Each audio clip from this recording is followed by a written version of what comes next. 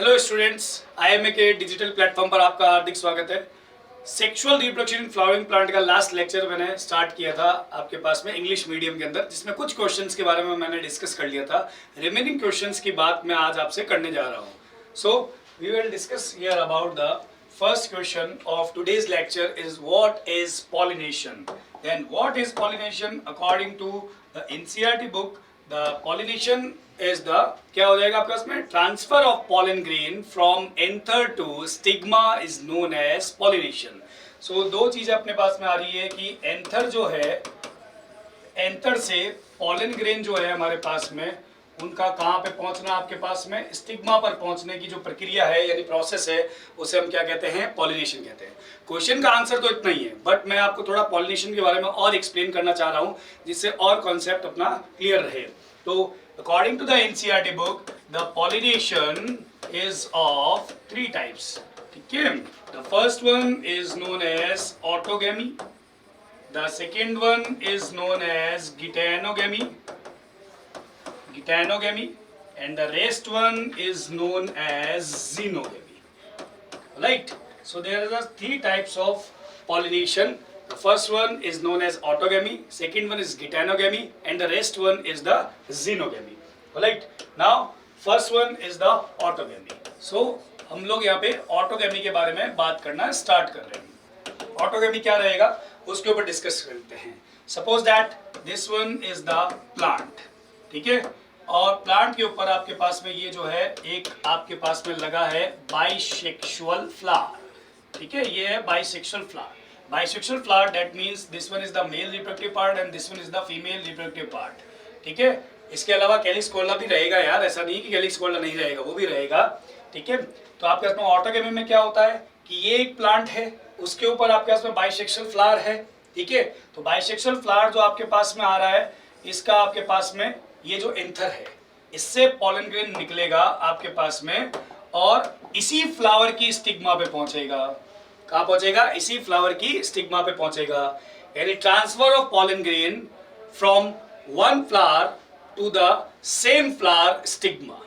Alright, transfer of pollen grain यानी pollen grain निकल रहा है आपके पास में जिस फ्लावर के एंथर से, ये फ्लावर है, इस फ्लावर के एंथर से पॉलन ग्रेन निकल रहा है और उसी फ्लावर की स्टिग्मा के ऊपर जा रहा है, तो इसको अपन क्या बोलते हैं? ऑटोगेमी बोलते हैं। ऑलराइट, ये चीज रहती है। Second one is known as geitonogamy।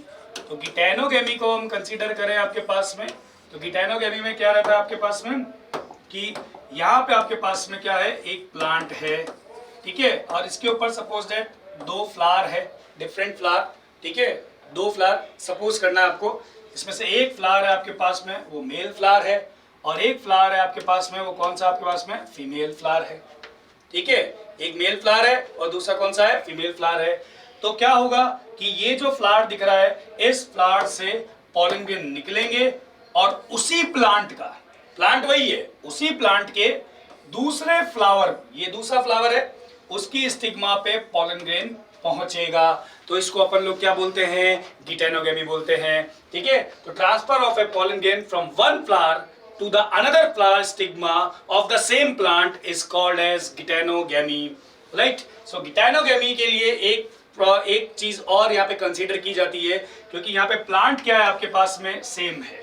ठीक है, प्लांट यही है, एक ही प्लांट के दो फ्लावर के बीच में हो रहा है आपके पास में। ठीक है, तो फ्लावर तो आपके पास में क्या आ रहा है? यूनिसेक्सुअल फ्लावर आ रहा है, बट ये प्लांट आपके पास में क्या कहलाया जाएगा? बाइसेक्सुअल प्लांट कहलाया जाएगा, क्योंकि इसके ऊपर मेल और फीमेल फ्लावर दोनों लग रहे हैं। ठीक है, वो चीज है। तो गीटेनोगेमी में प्लांट एक ही रहता है, इसलिए ये आपके पास में जो आ रहा है जेनेटिकली आपके पास में क्या है? ये सेल्फ पॉलिनेशन को फॉलो करता है आपके पास में। ठीक है, और ये आपके पास में फिजियोलॉजिकली या फंक्शन वाइज देखा जाए तो ये आपके पास में किसको फॉलो करता है? आपके पास में क्रॉस पॉलिनेशन को फॉलो करता है, क्योंकि इसमें यूनिसेक्सुअल फ्लावर इन्वॉल्व हो रहा है और साथ में फ्लावर को यहाँ से यहाँ पर पहुँचने के लिए हो सकता है किसी एजेंट की रिक्वायरमेंट रहे। राइट, तो ये गीटेनोगेमी था। नेक्स्ट हमारे पास में जो आता है वो है हमारे पास में तीसरा टाइप, वो है आपके पास में कौन? जीनोगेमी। जीनोगेमी के अंदर आपके पास में दो डिफरेंट प्लांट होंगे, सपोज दैट एक ये प्लांट है एंड सपोज दैट एक ये प्लांट है आपके पास में, ठीक है। और ये प्लांट जो आ रहा है इसके ऊपर सपोज दैट ये एक फ्लावर लग रहा है, इस पे ये एक फ्लावर लग रहा है, सपोज दैट ये आपके पास में मेल फ्लावर है, ये आपके पास में जो आ रहा है वो फीमेल फ्लावर है। So transfer of a pollen grain from one plant of a flower to the another flower of another plant, यानी कि एक प्लांट जो आपके पास में दिख रहा है, इस प्लांट के एक फ्लावर से, यहां से फ्लावर से पॉलन ग्रेन निकल रहा है, वो आपके पास में किसी दूसरे प्लांट की स्टिग्मा पर पहुंच रहा है, तो इसको हम लोग क्या बोलते हैं, जीनोगेमी बोलते हैं। क्या बोलते हैं, जीनोगेमी। जिसमें आपका प्लांट जो आ रहा है, ये जो प्लांट है, दो डिफरेंट प्लांट इन्वॉल्व हो रहे हैं पॉलिनेशन के लिए, ऑलराइट। तो ये तीन टाइप के पॉलिनेशन थे हमारे पास में, जिसको अपन समराइज करें अगर, तो हमारे पास में जो ऑटोगेमी है, ये आपके पास में आ गया ऑटोगेमी। ऑटोगेमी के अंदर हमारे पास में फ्लावर और प्लांट, इनको ऐसे याद रखना, प्लांट भी क्या रहेगा आपके पास में, सेम रहेगा, और फ्लावर भी क्या रहेगा आपके पास में, सेम रहेगा। गिटेनोगेमी में बात करता हूं मैं आपके पास में। गिटेनोगेमी जो आ रहा है आपके पास में, थोड़ा सा इसके अंदर यहाँ पे अपने पास में आ रहा है गिटेनोगेमी। तो गिटेनोगेमी में क्या होता है आपके पास में, फ्लावर जो है वो क्या हो जाते हैं आपके पास में, डिफरेंट, लेकिन जो डिफरेंट फ्लावर होते हैं उनका प्लांट क्या रहता है आपके पास में, सेम रहता है। तो ये गिटेनोगेमी में था। And the rest one is known as xenogamy.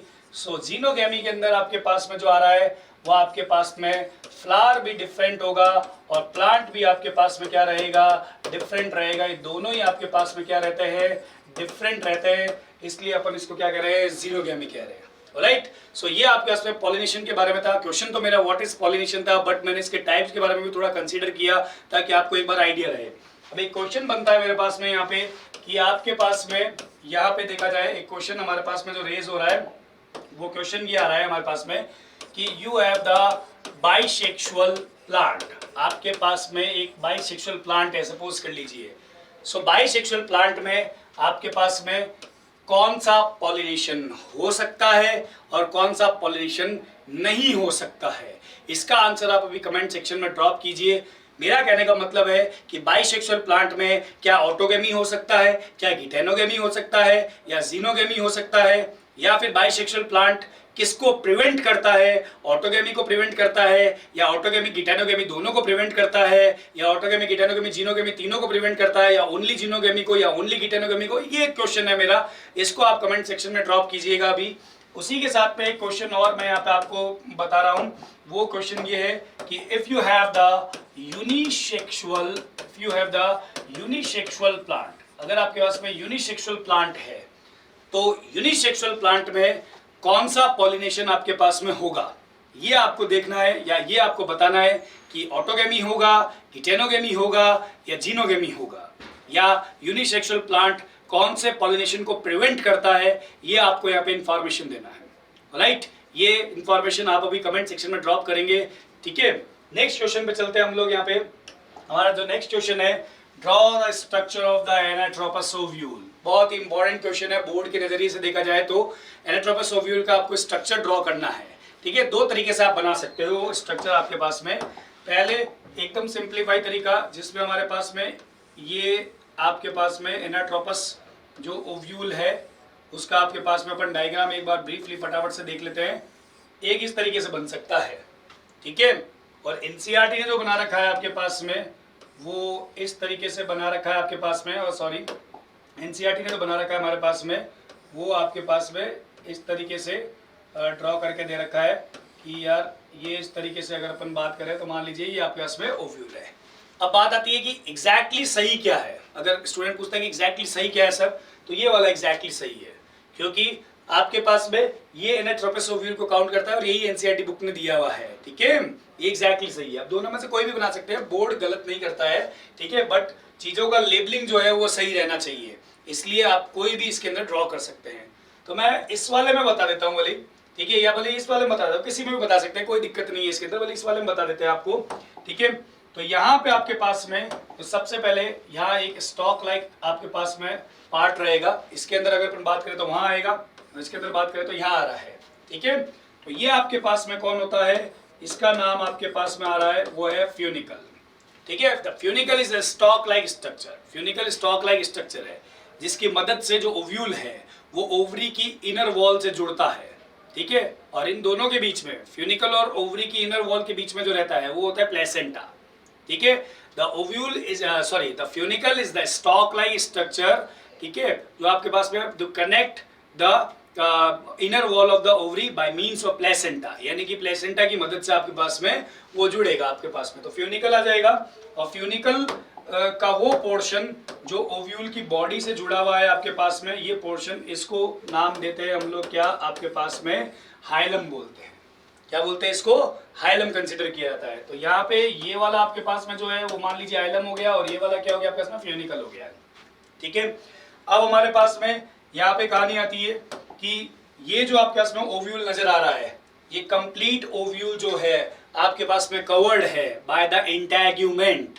इससे कवर्ड है integument, except the one end that is known as micropylar end, alright. Micropylar end पर इंटैग्यूमेंट नहीं मिलता है, तो ये हमारे पास में माइक्रोपाइलर एंड है या माइक्रोपाइलर पोर है। यहाँ पे आपके पास में माइक्रोपाइलर एंड या माइक्रोपाइलर पोर कह सकते हो। यहाँ पर आपके पास में इंटैग्यूमेंट नहीं मिल रहा है एनेट्रोपस ओव्यूल के अंदर। सिमिलरली यहाँ पे इसमें लेबल करें तो ये माइक्रोपाइलर एंड है जिसमें आपके पास में इंटैग्यूमेंट नहीं मिलेगा। बाकी the whole ovule is surrounded by the integument, because in angiosperm the anatropous ovule is the bitegmic ovule. Bitegmic ovule, which means that there are two types of integument is present, that is outer integument and the inner integument. So both integument are over here. So this one is considered as the, क्या आ जाएगा आपके पास में, integument। इसको अपन बोलेंगे integument है आपके पास में, राइट। ये integument आ गया। माइक्रोपाइल के जस्ट ऑपोजिट साइड में जो ये पोल है, ये होता है हमारे पास में कौन सा, चेलेजल पोल। ये अपने पास में कौन आता है, चेलेजल पोल आएगा आपके पास में। इसके अंदर बात करें तो ये अपने पास में कौन आ रहा है, चेलेजल पोल आ रहा है। ये आपके पास में चेलेजल पोल या चेलेजा जिसको बोलते हैं, चेलेजा भी लिख सकते हैं इसको, ठीक है। चेलेजा हमेशा ओव्यूल का बेस पार्ट होता है, इसलिए ये ओव्यूल का स्ट्रक्चर बना हुआ बिल्कुल सही है, क्योंकि चेलेजा बेस पार्ट है आपके पास में। चेलेजल पोल ही वो एंड है जहाँ से इंटैग्यूमेंट का ओरिजिन होता है, ठीक है। अब उसके बाद में डिस्कस करें अगर हम लोग यहाँ पे, तो यहाँ पे सेंटर में आपके पास में, यहाँ पे आपके पास में कुछ सेल्स का यहाँ पे आपके पास में ग्रुप मिलता है, और इस सेल के ग्रुप को हम लोग क्या बोलते हैं, न्यूसेलस। क्या बोलते हैं आपके पास में, न्यूसेलस बोलते हैं।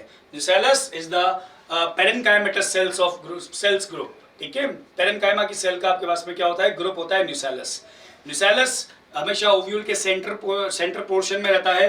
न्यूसेलस ही वो पार्ट है जिसकी सेल से, जिसकी किसी एक सेल से आपके पास में क्या होता है, एम्ब्रियो सैक या फीमेल गैमेटोफाइट का ओरिजिनेशन होता है या फॉर्मेशन होता है। और ये जो सेंटर में आपको दिख रहा है, ये जो हमारे पास में बना हुआ है, ये आपके पास में यही है आपके पास में एम्ब्रियो सैक या फीमेल गैमेटोफाइट बोलते हैं इसको। क्या बोलते हैं, एम्ब्रियो सैक, या क्या बोलेंगे इसको आपके पास में, फीमेल गैमेटोफाइट, ठीक है, फीमेल गैमेटोफाइट बोलेंगे इसको, यानी कि एम्ब्रियो सैक। 7 सेल 8 न्यूक्लिएटेड रहता है, राइट। एक बार और कंसीडर करेंगे, एक बार और इसको अगर अपन देखें अपने पास में, ये एम्ब्रियो सैक के बारे में थोड़ा और इन्फॉर्मेशन मैं आपको यहाँ पे ओव्यूल में दे देता हूँ। वहाँ पे थोड़ा सा हमारे पास में स्लाइड ओवर हो गया था, तो यहाँ पे अपन बात कर लेते हैं। ये हमारे पास में जो आ रहा है, ये है कौन, एम्ब्रियो सैक। एम्ब्रियो सैक यानी इसको हम लोग क्या बोलते हैं, फीमेल, क्या बोलते हैं आपके पास में, गैमेटोफाइट। फीमेल गैमेटोफाइट है। फीमेल गैमेटोफाइट 7 सेल 8 न्यूक्लिएटेड होता है। क्या होता है आपके पास में, 7 सेल 8 न्यूक्लिएटेड होता है। ये वाला हमारे पास में क्या था स्टूडेंट्स, माइक्रोपाइलर एंड। ये वाला कौन है, चेलेजल पोल। यहाँ पे आपके पास में कौन आ रहा है, फ्यूनिकल। ये हमारे पास में कौन है, हाइलम, ठीक है। और यहाँ पे आपके पास में कौन आ रहा था, इंटैग्यूमेंट, आउटर और इनर। और इधर यहाँ पे जो सेल्स का बंच आ रहा था वो आपके पास में कौन था, यहाँ पे न्यूसेलस, ठीक है। ये आपके पास में जो आ रहा है, ये कौन आ गया आपके पास में, न्यूसेलस। इसको अभी बताया था मैंने। अब जो अंदर की तरफ है मेरे पास में, यहाँ पे जो आ रहा है, यहाँ पे 7 सेल होती है, तो 3 सेल जो होती है वो चेलेजल पोल की तरफ होती है। ये 3 सेल देखो, ऊपर चेलेजा दिख रहा है यहाँ पे आपको, ठीक है, चैलेंजर पोल की तरफ है, तो इनको बोलते हैं अपन क्या, एंटीपोडाल सेल्स। ठीक है, क्या बोलते हैं, एंटीपोडाल सेल्स बोलते हैं। 3 सेल यहाँ पे माइक्रोपाइलर एंड की तरफ होती है, ये एग सेल, और ये 2 आपके पास में कौन हो गई, सिनर्जिड सेल हो गई है। ठीक है, तो ये आपके पास में जो है इसको हम कंसिडर करते हैं क्या, एग सेल यानी फीमेल गैमीट, और यहाँ पे जो इसके नीचे की तरफ 2 दिख रही है इसको हम लोग क्या कहते हैं, सिनर्जिड, क्या बोलेंगे आपके पास में, सेल बोलेंगे। ठीक है, 2 होती है सिनर्जिड सेल, एग सेल एक ही होती है। Egg cell along with the 2 synergid cell is known as egg apparatus, right? This central cell, ये जो बड़ा सेल दिख रहा है आपको, ये आपके पास में कौन है, यहाँ पे सेंट्रल सेल है। और सेंट्रल सेल में क्या होते हैं आपके पास में, there are 2 polar nuclei present in the central cell, right? So this one is the 7 cell 8 nucleated embryo sac which is present in the mature ovule center position. Okay, next question पे बात करते हैं अपन लोग यहाँ पे, what is endospermic and non endospermic seed. ठीक है, बहुत अच्छा क्वेश्चन है, एकदम सिंपल सा क्वेश्चन है आपके पास में। तो यहाँ पे देखिएगा, यहाँ पे 2 सीड बनाता हूँ मैं आपके पास में।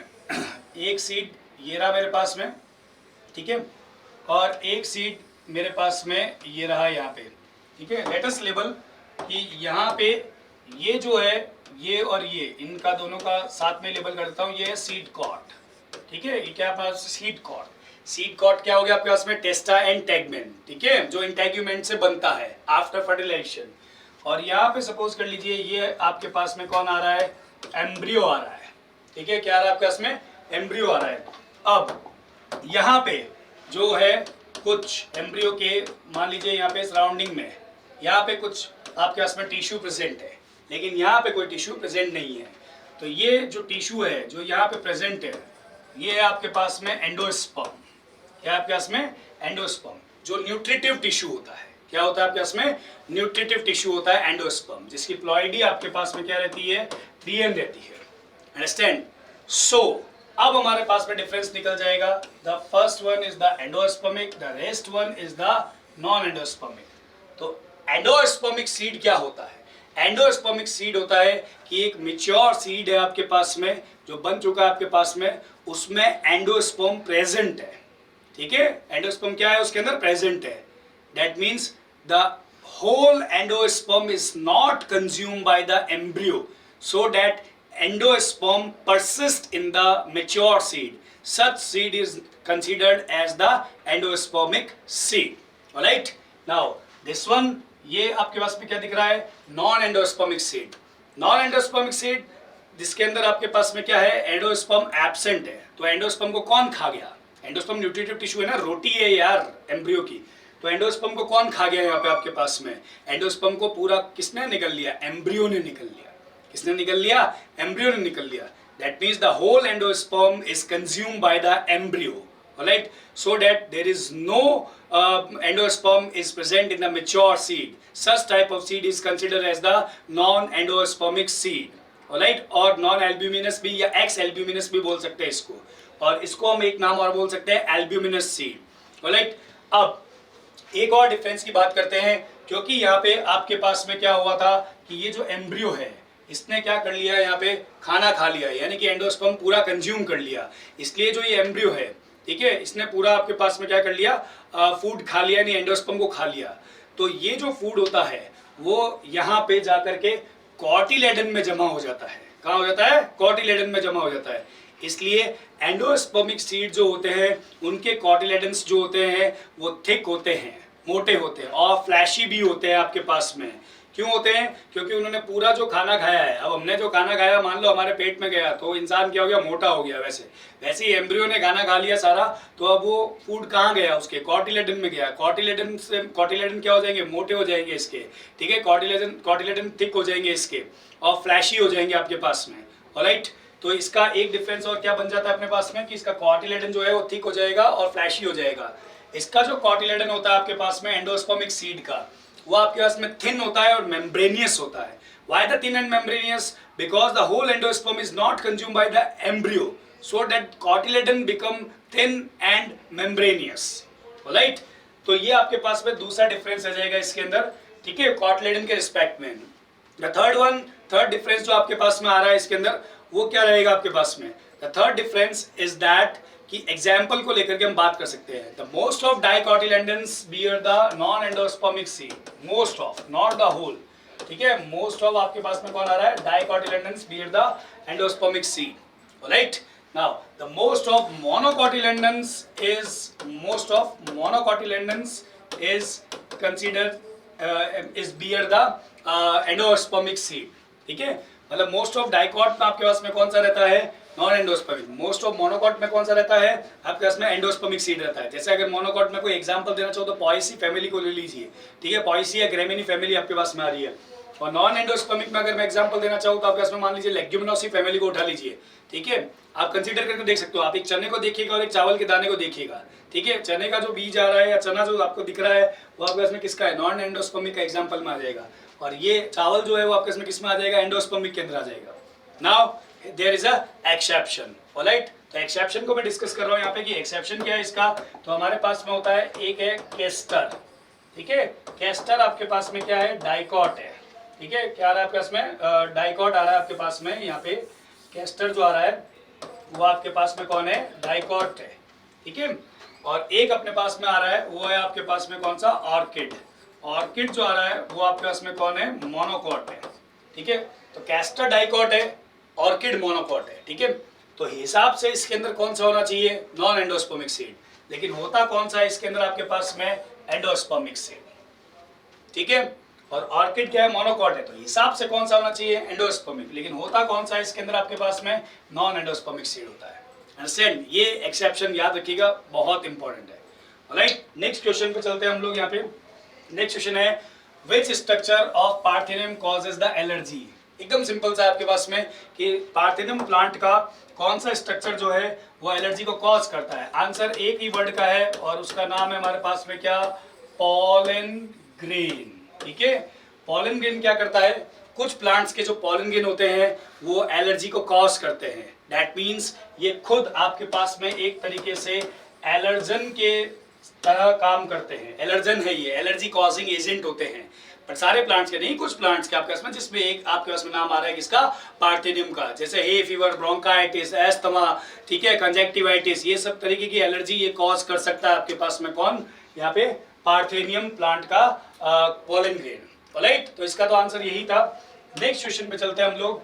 राइट आपके पास में यहाँ पे थोड़ा सा ये कंसीडर होगा, राइट फंक्शन ऑफ टेपिटम। जैसा लास्ट वीडियो में मैंने कंसीडर किया था आपके पास में कि टेपिटम के फंक्शन पे हम जरूर बात करेंगे, क्योंकि वहां पे मैंने टेपिटम के फंक्शन नहीं बताए थे लास्ट लेक्चर के अंदर।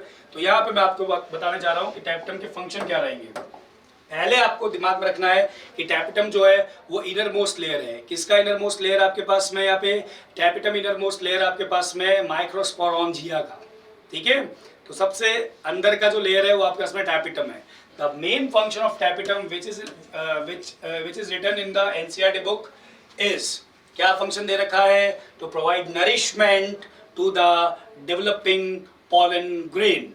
यानी डेवलपिंग जो पॉलन ग्रेन है हमारे पास में, डेवलपिंग जो पॉलन ग्रेन है इसको आपके पास में क्या दे रहा है, न्यूट्रिशन दे रहा है या क्या दे रहा है, नरिशमेंट दे रहा है। तो पहला और सबसे मेन फंक्शन यही रहेगा आपके पास में, to provide nourishment to the developing pollen grain, alright. The second function, अब देखो बुक ने यही मेंशन किया हुआ है आपके पास में कि ये इसको आपके पास में क्या दे रहा है, न्यूट्रिशन प्रोवाइड कर रहा है, नरिशमेंट प्रोवाइड कर रहा है। एनसीईआरटी ने यही मेंशन किया हुआ आपके पास में, तो अपने को एक तो ये ध्यान रखना है। और अगर सिंगल मार्क का क्वेश्चन आ रहा है तो हमारे को यही फंक्शन लिखना होगा। रिमेनिंग फंक्शन मैं आपको एक्सप्लेन कर रहा हूँ, बता रहा हूँ मैं आपके पास में, ठीक है। बट वो डिपेंड करता है कि किस तरीके का क्वेश्चन है। अगर 2 मार्क का क्वेश्चन आया आपके पास में तो 1-2 फंक्शन और लिख दीजिएगा, कोई दिक्कत नहीं है इसके अंदर। तो आपके पास में टेपिटम जो है वो आपके पास में पॉलन किट जो है इसका भी सिक्रीशन करता है, टेपिटम का सेल।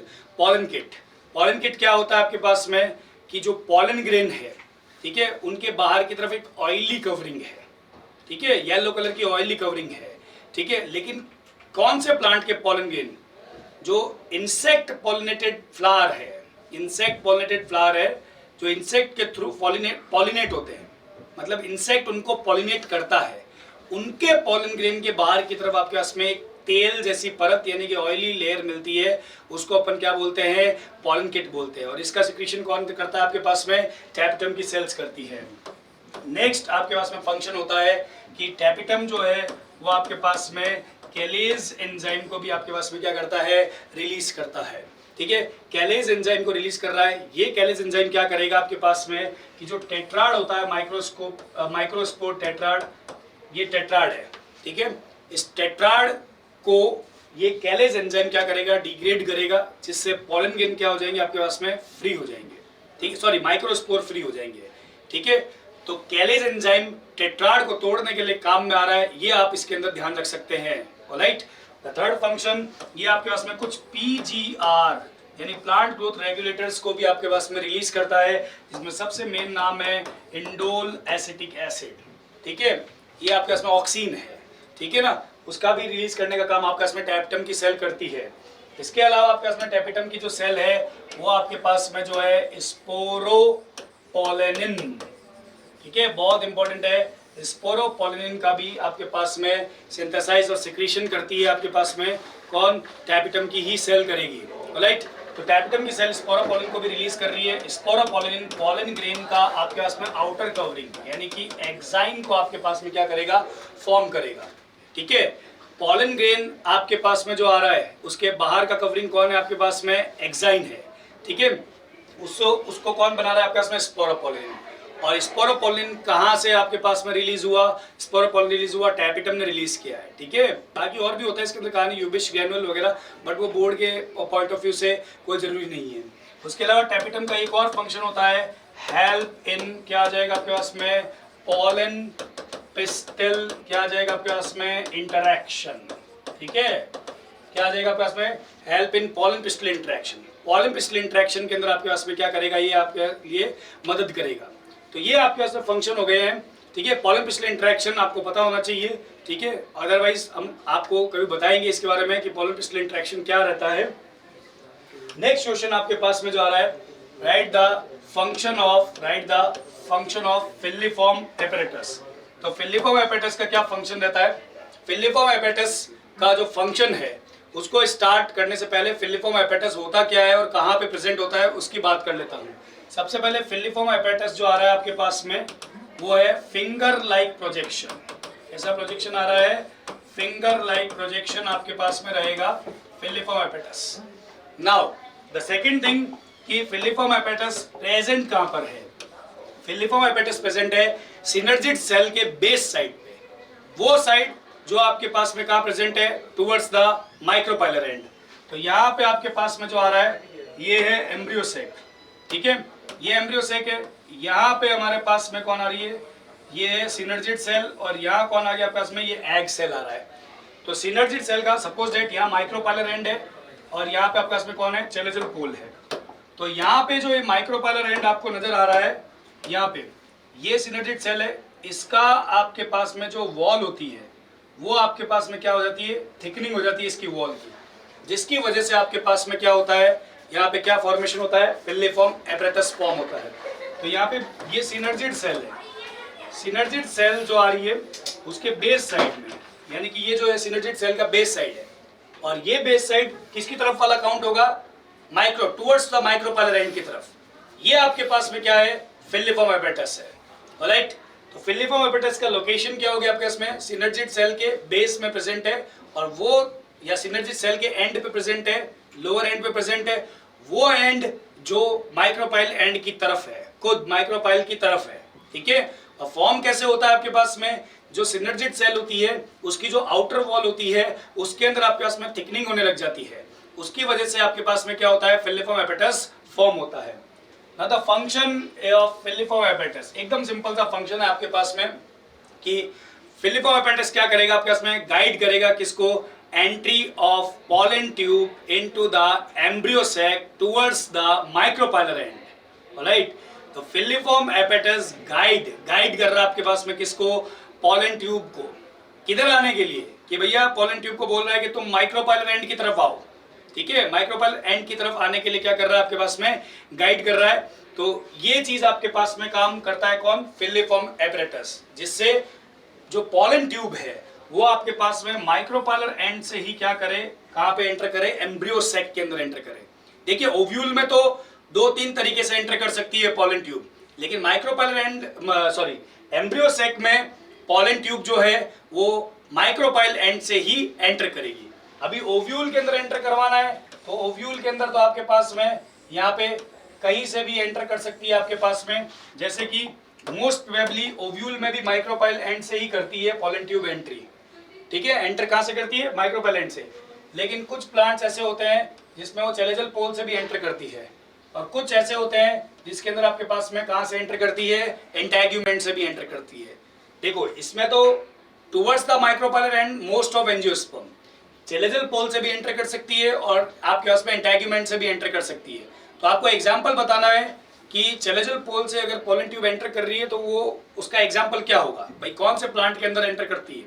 ठीक है, या इंटेग्यूमेंट से एंटर कर रही है तो कौन से प्लांट के अंदर आपके पास में ये एंटर करती है इंटेग्यूमेंट से, वो आपको एग्जाम्पल बताने हैं। तो मैंने आपको बताया कि ओव्यूल के अंदर तो ये किसी भी रास्ते से जा सकती है, लेकिन हाँ मोस्ट प्रोबेबली यही रास्ता रहता है, ठीक है, टुवर्ड्स द माइक्रोपाइल। लेकिन एम्ब्रियो सैक में किसी भी सूरत में वो किधर से एंटर करेगी आपके पास में? टुवर्ड्स माइक्रोपाइल एंड से ही एंटर करेगी। क्यों करेगी? क्योंकि माइक्रोपाइल एंड की तरफ ही आपके पास में सिनर्जिड सेल है, और सिनर्जिड सेल में ही आपके पास में कौन, आपके पास में बेस में कौन है? फिलिफॉर्म एपेरेटस है। वो क्या करता है? एक केमिकल को रिलीज करता है। वो केमिकल क्या करता है? पॉलन ट्यूब को अपनी ओर अट्रैक्ट करता है, इसलिए पॉलन ट्यूब उधर की तरफ आपके पास में जाती है।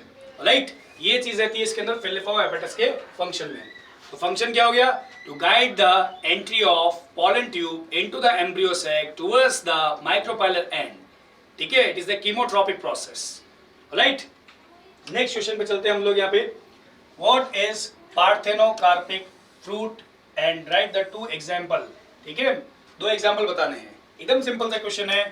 पार्थेनोकार्पिक फ्रूट आपके पास में जो आ रहा है, ऐसे फ्रूट जो आपके पास में फॉर्म हो रहे हैं without fertilization. The fruit form by the form without fertilization, यानी कि ऐसे फ्रूट जो आपके पास में कैसे बन रहे हैं? आपके पास में विदाउट फर्टिलाइजेशन के आपके पास में फॉर्म हो रहे हैं, तो उसको हम लोग क्या कहते हैं यहाँ पे? पार्थेनोकार्पिक फ्रूट बोलेंगे। अंडरस्टैंड? ठीक है, बिना फर्टिलाइजेशन के बन रहे हैं। तो अब टास्क ये आता है कि बिना फर्टिलाइजेशन के बन रहे हैं, तो क्या इन फ्रूट के अंदर सीड्स होगा या नहीं होगा? तो इन फ्रूट के अंदर आपके पास में सीड्स नहीं होते हैं। ठीक है, example, the best example of this is the banana and pineapple and white test. White test grapes को बोल सकते हैं हम लोग। ठीक है, तो आपके पास में दो एग्जाम्पल पूछे, आप बनाना दे सकते हैं इसमें एग्जाम्पल में और पाइनएप्पल दे सकते हैं इसके एग्जाम्पल में। तो what is parthenocarpic fruit? The parthenocarpic fruit is that the fruit that is formed without fertilization is called parthenocarpic fruit. Alright, so next question पे चलते हैं। अच्छा, अगर आपको पूछे कि फ्रूट की डेफिनेशन क्या है, अकेला आपको पूछ ले कि what is fruit, simple question पूछा कि व्हाट इज फ्रूट, तो आप क्या आंसर देंगे? That fertilized ovary is called as the fruit, क्योंकि वो ट्रू फ्रूट के बारे में जानकारी लेते हैं। ठीक है, सिंपल क्वेश्चन अगर आपसे पूछा है कि व्हाट इज फ्रूट, तो आपका आंसर क्या रहेगा? The fertilized ovary is called fruit.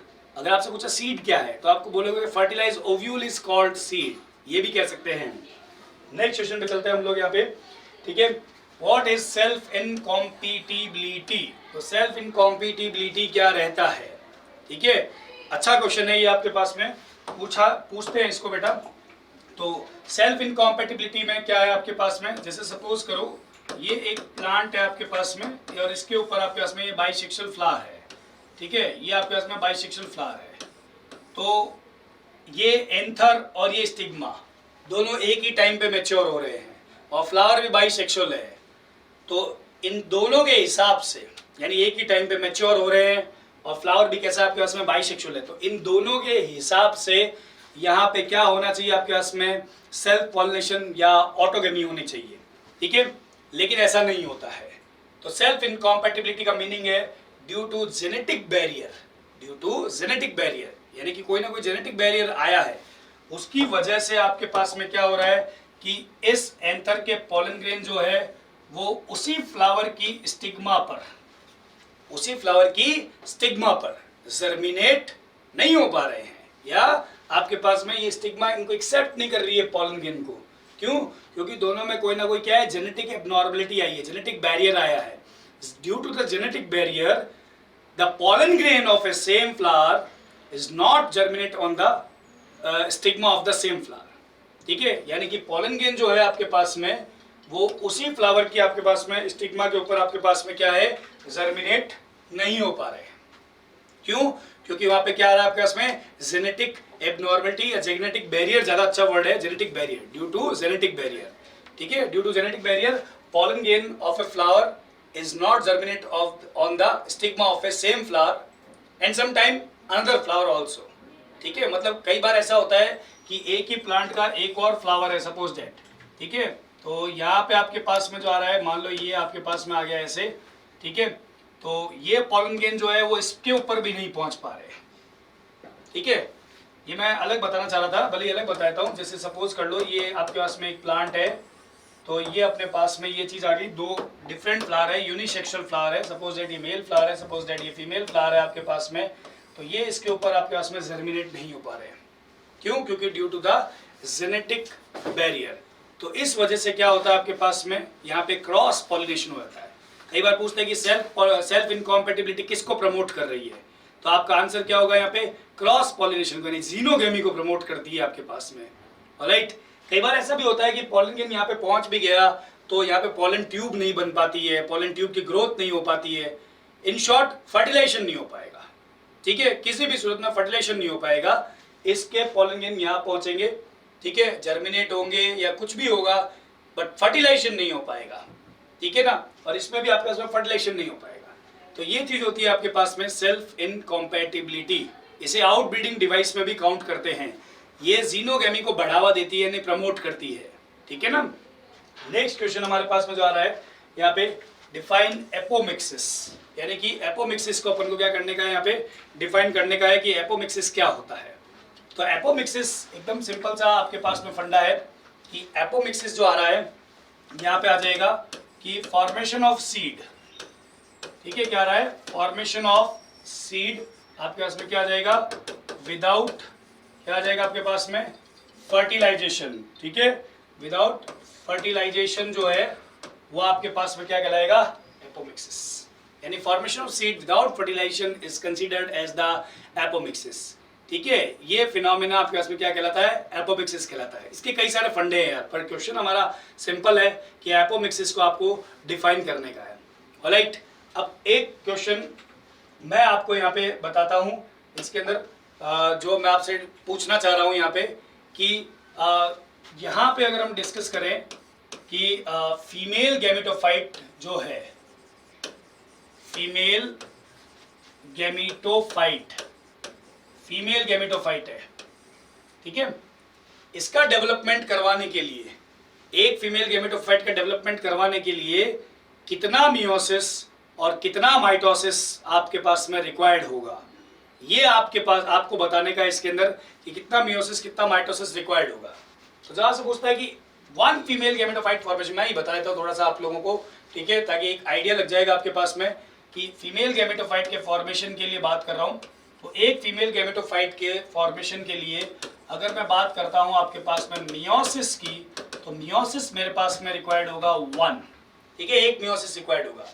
ध्यान रखिएगा, मियोसिस फर्स्ट और मियोसिस सेकंड दोनों को मिलाकर के एक कंप्लीट मियोसिस बोलते हैं। और अगर मैं माइटोसिस की बात करूं तो यहाँ पे आपके पास में 3 माइटोसिस होते हैं इसमें। ठीक है, तो आंसर क्या रहेगा, 3 माइटोसिस और 1 मियोसिस रहता है इसका आंसर। कैसे रहता है आंसर आपके पास में कि अगर आपने थोड़ा बहुत पढ़ा, मैं ब्रीफली पढ़ा रहा हूँ इसको, पूरा एग्जैक्ट डिटेल में नहीं पढ़ा रहा हूँ, थोड़ा ब्रीफली पढ़ा रहा हूँ इसको। यहाँ पे मेरे पास में ये जो है, सपोज कर लीजिए ये आपके पास में फंक्शनिंग जो होता है, फंक्शनिंग मेगास्पोर है। ठीक है, ये क्या है, फंक्शनिंग मेगास्पोर है। तो ये मान लीजिए चेलेजल पोल है, ये माइक्रोपाइलर एंड है आपके पास में, तो फंक्शनिंग मेगास्पोर है। तो मेगास्पोर फंक्शनिंग बना कैसे, आपसे पूछा गया फंक्शनिंग मेगास्पोर बना कैसे, तो आपका आंसर होगा कि एक मेगास्पोर मदर सेल होती है जो 2n होती है। ठीक है, इसमें आपके पास में होता है पहले मियोसिस फर्स्ट होता है, जिसमें नंबर ऑफ क्रोमोसोम हाफ रह जाएंगे, that is n and n। Again आपके पास में क्या होगा, मियोसिस सेकंड होगा, जिसमें आपके पास में वो सेम एज माइटोसिस होता है, जिससे आपके पास में 4 जो है वो आपके पास में क्या बन जाते हैं, मेगास्पोर बन जाते हैं। क्या बन जाते हैं, 4 मेगास्पोर, हैप्लॉइड मेगास्पोर। ठीक है, ये मेगास्पोर मदर सेल है, इसमें मियोसिस हुआ जिससे 4 मेगास्पोर बन गए। This process is called megasporogenesis. Megaspore mother cell is the one of the cell of the nucellus that is differentiate, and most rarely this cell is situated towards the micropylar end of the nucellus, right? So ये रहता है आपके पास में। अब ये 4 megaspore बन गए। ये 4 मेगास्पोर लीनियर टेट्राड में अरेंज होते हैं। लीनियर टेट्राड मतलब आपके पास में सीधा 1 2 3 4, मान लो चेलेजल पोल ये रहा, माइक्रोपाइलर एंड ये रहा, आपके पास में 4 मेगास्पोर बने हैं, ठीक है, लीनियर टेट्राड में अरेंज हो जाएंगे। इन 4 में से 3 डीजनरेट होंगे और 1 फंक्शनिंग रहेगा।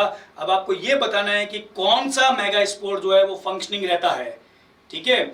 तो मैं डायरेक्ट बात करता हूं आपके पास में, ये मान लीजिए फंक्शनिंग मेगास्पोर है, 3 डीजनरेट हो जाएंगे, 1 फंक्शनिंग रहेगा। कौन सा मेगास्पोर फंक्शनिंग रहता है आपको वो बताना है। अब ये हमारे पास में एक मेगास्पोर है, ये चेलेजल पोल, ये माइक्रोपाइलर एंड, ठीक है, ये मेगास्पोर आपके पास में आ रहा है, ठीक है। अब सबसे पहले क्या होता है, इस मेगास्पोर जो आपको दिख रहा है इसके अंदर आपके पास में एक माइटोसिस होना स्टार्ट होगा, ठीक है। और माइटोसिस में भी क्या होगा, कैरियोकाइनेसिस होगा, बट साइटोकाइनेसिस नहीं होगा, ठीक है। ये आपके पास में माइटोसिस वाला आ रहा है, ठीक है। कैरियोकाइनेसिस हुआ तो इसका मतलब 2 न्यूक्लियस बन गए, ये चेलेजल पोल, ये माइक्रोपाइलर एंड। जब इसमें 2 न्यूक्लियस बन गए तो ये जो दोनों न्यूक्लियस है वो ऑपोजिट पोल की तरफ मूव कर जाते हैं। तो ये दोनों न्यूक्लियस ऑपोजिट पोल की तरफ मूव कर गए, यानी कि ये ऐसे आ गया। तो ये 1 सेल 2 न्यूक्लिएटेड स्टेज। इसके बाद में इसके अंदर एक और माइटोसिस होगा और उसमें भी आपके पास में कैरियोकाइनेसिस होगा, साइटोकाइनेसिस नहीं होगा, ठीक है। यानी कि ये आपके पास में सेकंड माइटोसिस है। जैसे मैंने कहा था ना 3 माइटोसिस होंगे, तो सेकंड माइटोसिस हो रहा है। तो यहाँ पे आपके पास में इस पोल की तरफ 2 न्यूक्लियस हो गए, इस पोल की तरफ 2 न्यूक्लियस हो गए, ये चेलेजल पोल और ये कौन सा आपके पास में माइक्रोपाइलर एंड है। अपार्ट फ्रॉम दिस, इसके अलावा आपके पास में नेक्स्ट में क्या होगा, फिर से आपके पास में एक और माइटोसिस होगा, ठीक है। और माइटोसिस में भी क्या होगा आपके पास में, only karyokinesis, not the cytokinesis. So that आपके पास में यहाँ पे ये सेल है, 1 2 3 4 यहाँ बन जाएंगे, 1 2 3 4 यहाँ बन जाएंगे, चेलेजल पोल, ये माइक्रोपाइलर एंड। तो 8 न्यूक्लियस बन गए इसके अंदर और एक ही सेल है। अब क्या होता है कि दोनों पोल्स है, दोनों पोल मतलब एक चेलेजल पोल और एक माइक्रोपाइलर एंड, यहाँ से एक एक न्यूक्लियस मूव करता है और मूव करके कहाँ पे आ जाएगा आपके पास में, यहाँ पे सेंटर में आ जाएगा, ठीक है। मूव करके सेंटर में आ जाएगा। तो 3 न्यूक्लियस यहाँ रह जाएंगे, 3 न्यूक्लियस यहाँ रह जाएंगे और 2 न्यूक्लियस यहाँ आ जाएंगे। ये चेलेजल पोल है और ये कौन सा आपके पास में माइक्रोपाइलर एंड है, अंडरस्टैंड। तो ये जो 2 न्यूक्लियस, एक न्यूक्लियस इधर से आया, एक न्यूक्लियस इधर से आया, ठीक है, मतलब एक इस पोल से बीच में आ जाएगा, एक इस पोल से बीच में आ जाएगा। इसलिए इन दोनों न्यूक्लियस को जो सेंट्रल सेल में प्रेजेंट होते हैं उनको पोलर न्यूक्लियाई बोलते हैं स्टूडेंट्स, ठीक है। अब यहाँ पे जितने भी न्यूक्लियस है इसमें सबके अंदर यानी कि साइटोकाइनेसिस हो जाएगा, मतलब सभी के बाहर आपके पास में क्या बनने लग जाएगी, सेल वॉल बनने लग जाएगी, बीच वाले न्यूक्लियाई को छोड़ करके। क्यों? क्योंकि उसकी जो सेल वॉल है वो आपके पास में मेगास्पोर वाली सेल वॉल पहले से पड़ी है यार, ठीक है। तो यहाँ पे आपके पास में सबके बाहर जब सेल वॉल बन जाएगी तो स्ट्रक्चर आपको कुछ ऐसा नजर आएगा। यहाँ पे 3 सेल ये रही आपके पास में, ठीक है, जो चेलेजल पोल की तरफ है। यहाँ पे ये आपके पास में ये रही 1 2 3, ठीक है। ये अपने पास में कौन सी हो गई, एग सेल। ये दोनों कौन सी होगी, सिनर्जिड सेल। इन दोनों को मिला के क्या बोल दिया आपके पास में, एग एपेरेटस। क्या बोल दिया आपके पास में, egg apparatus.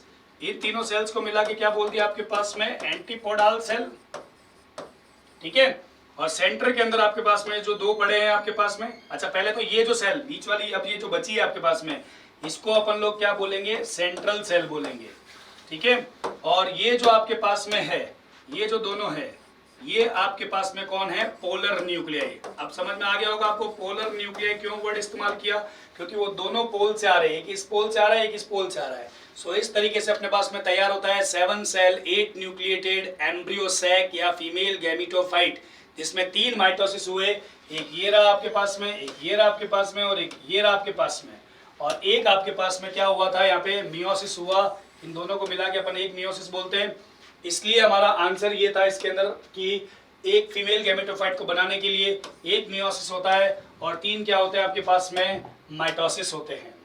Alright students, so thank you very much. ये वीडियो आप जितना हो सके उसे शेयर कीजिए ताकि ज़्यादा से ज़्यादा बच्चों के पास में इंफॉर्मेशन पहुंच पाए regarding the board questions of sexual reproduction flowering plant.